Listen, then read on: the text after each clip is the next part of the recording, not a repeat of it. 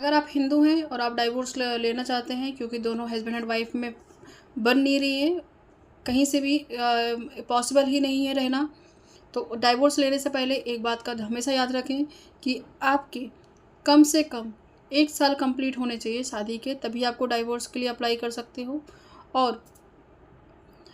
दूसरी बात, अगर आप डाइवोर्स के लिए क्लेम भी कर रहे हो तो कम से कम जुड़ी अगर आप चाहते हो कि म्यूचुअल डाइवोर्स हो जाए और 6 महीने के अंदर-अंदर मुझे डाइवोर्स मिल जाए, तो उसके लिए आपको ग्राउंड प्रूफ करना पड़ेगा, जैसे कि एक टर्म होता है जुडिशियल सेपरेशन। आप एक जुडिशियल सेपरेशन तो अलग है, पर एक है कि आप प्रूफ कर सकते हो कि काफ़ी टाइम से अलग हम लोग रह रहे हैं, कम से कम 2 साल तक रह रहे हैं, तो उस चीज़ को आपको प्रूफ करना पड़ेगा। एक ये कानून आपका है और दूसरा कानून ये है कि उसमें से एक पार्टी ऐसी है जो जिसके साथ हम रह नहीं सकते विद रीज़न, कुछ रीज़न आप देके उससे डाइवोर्स ले सकते हो, वो एक लंबी प्रोसीडिंग होती है। बट अगर आप म्यूचुअली कंसेंट में डाइवोर्स लेना चाहते हो तो कम से कम 1 साल तो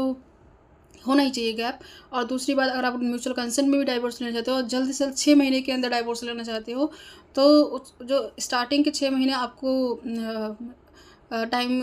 लेना पड़ेगा, उसके बाद जो 6 महीना और मिलता है वो 6 महीना आप वेव कर सकते हो विद द रीज़न। और उसका रीज़न